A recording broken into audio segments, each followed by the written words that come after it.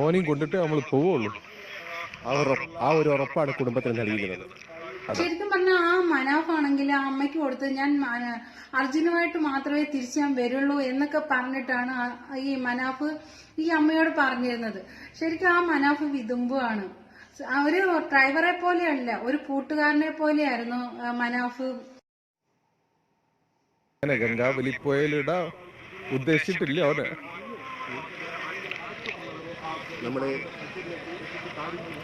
ഞാൻ അപ്പോളേ പറഞ്ഞു, ലോറിക്ക് അധികം പരിക്കുണ്ടാവില്ല, ക്യാബിന് അധികം പരിക്കുണ്ടാവും, ചിന്നിച്ചിതറൂല. എനിക്ക് ഉറപ്പുണ്ടായിരുന്നു ഓന ആ ക്യാബിൻ്റെ ഉള്ളിൽ ഉണ്ടാവും. ഞാൻ പറഞ്ഞതാ, ശരിയായില്ലേ? ഉറപ്പായിട്ടും ഓനെയും കൊണ്ടിട്ട് നമ്മൾ പോവുള്ളൂ. ആ ഒരു ഉറപ്പാണ് കുടുംബത്തിന് നൽകിയിരുന്നത്. അതെ, അർജുന്റെ അമ്മയ്ക്ക് നൽകിയ ഉറപ്പ് പാലിക്കുന്നു. പാലിച്ച് ഞാൻ അവിടെ എത്തിക്കും. കഴിഞ്ഞ 2 മാസം വലിയ ത്യാഗം സഹിക്കേണ്ടി വന്നു. തീർച്ചയായിട്ടും. കാരണം ഈ തെരച്ചിൽ വീണ്ടും വീണ്ടും പുനരാരംഭിക്കുന്നതിന് വേണ്ടി മുട്ടാത്ത വാതിലുകളില്ല. ഇല്ല, ഒരു സാധാരണക്കാരനെ കൊണ്ട് എത്ര കഴിയും അതിന്റെ പരമാവധി നമ്മൾ ചെയ്തു. ഒരു ഡ്രൈവറെ കണ്ടെത്തുന്നതിന് എന്തിന് നിങ്ങൾ ഇത്രയേറെ മുന്നോട്ട് ഇങ്ങനെ സമ്മർദ്ദം ചെലുത്തണം എന്നുള്ള ചോദ്യങ്ങൾ പോലും പലവട്ടം നേരിടേണ്ടി വന്നു. സോഷ്യൽ മീഡിയയിൽ തെറ്റായ പ്രചാരണങ്ങൾ നടന്നു. പക്ഷെ അതിനൊക്കെ അതിജീവിച്ചുകൊണ്ടാണ് ഇപ്പോൾ ഈ ഘട്ടത്തിലെത്തിയിരിക്കുന്നത്. അതെ, തോൽക്കാനുള്ള മനസ്സില്ല. എന്തായാലും ഓനെ കൊണ്ട് പോവുള്ളൂ. അത് ഞാൻ പറഞ്ഞതായാലും ആ വാക്ക് അമ്മക്ക് പാലിച്ചു കൊടുത്തു. അർജുൻ നമുക്കൊരു നഷ്ടം തന്നെയാണ്. പക്ഷേ നമ്മൾ കൊടുക്കുന്നൊരു സന്ദേശമുണ്ട്. ഒരാള് ഉറച്ചൊരു കാര്യത്തിന് ഇറങ്ങിയാല് അത് സാധിക്കും. അസ്സലാമു അലൈക്കും. നമുക്ക് എല്ലാവർക്കും തീരാ നോവായി മാറിയ അർജുൻ എന്ന സഹോദരനെ കാണാതായിട്ട് ഇന്നേക്ക് 71ാമത്തെ ദിവസം. അതായത് കഴിഞ്ഞ ജൂലൈ 16-ാം തീയതിയാണ് ഷിരൂരിലെ മണ്ണിടിച്ചിലിൽ അർജുൻ എന്ന സഹോദരനെ കാണാതായത്. അർജുൻ ഓടിച്ചിരുന്ന ലോറി സഹിതം കാണാതായി. അന്ന് മുതൽക്കേ കുറെ തെരച്ചിലുകളും എല്ലാം സർക്കാരിന്റെ ഭാഗത്തുനിന്നും ജനങ്ങളുടെ ഭാഗത്തുനിന്നും ഒക്കെ ഉണ്ടാകുന്നുണ്ട്. പക്ഷെ എല്ലാത്തിനും അവസാനം നിരാശ മാത്രമായിരുന്നു.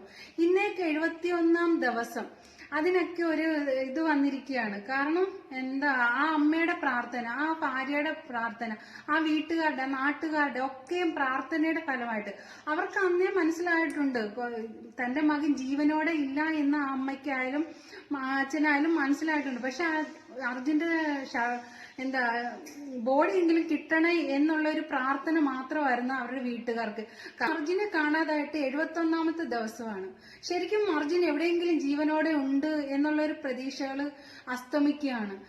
വീട്ടുകാർക്ക് ഉറപ്പായിരുന്നു വീട്ടുകാരുടെ അർജുൻ ജീവനോടെ ഇല്ല എന്നുള്ളത്. കാരണം അർജുൻ ജീവനോടെ ഉണ്ടായിരുന്നെങ്കിൽ ഒരു തവണയെങ്കിലും അവരുമായിട്ട് കോണ്ടാക്ട് ചെയ്യാൻ ശ്രമിക്കുകയെങ്കിലും ചെയ്തേനെ. അർജുനെ ആരൊക്കെയോ തട്ടിക്കൊണ്ടുപോയി എന്നൊക്കെയുള്ള കുറെ ഫേക്ക് ന്യൂസുകളും ഇതിനിടയ്ക്ക് ഉണ്ടാവുകയുണ്ടായി. ശരിക്കും ആ അമ്മയ്ക്കും ആ വീട്ടുകാർക്കും ഇതിപ്പോ ഒരു ആശ്വാസമാണ്. സന്തോഷം എന്ന് പറയാൻ കഴിയില്ല. കാരണം അവരുടെ മകന് അന്ത്യകർമ്മങ്ങൾ ചെയ്യാനെങ്കിലും ആ അർജുന്റെ ഒരു ബോഡിയൊക്കെ കിട്ടിയെന്നുള്ള ഒരു സമാധാനം മാത്രമായിരിക്കും അവരുടെയൊക്കെ മനസ്സിലുള്ളത്. എന്തായാലും അവിടുത്തെ ജനങ്ങളുടെയും സർക്കാരിന്റെയും ഒക്കെ തീവ്രമായ പരിശ്രമം കാരണം എന്തായാലും 71ാമത്തെ ദിവസം, അതായത് ഇന്ന് അർജുന്റെ ലോറിയും അർജുനെയും ഒക്കെ കിട്ടിയിരിക്കുകയാണ്. ശരിക്കും അതവർക്കൊരു ആശ്വാസം, ശരിക്കും ഒരു ആശ്വാസം തന്നെയായിരിക്കും ആ വീട്ടുകാർക്ക്.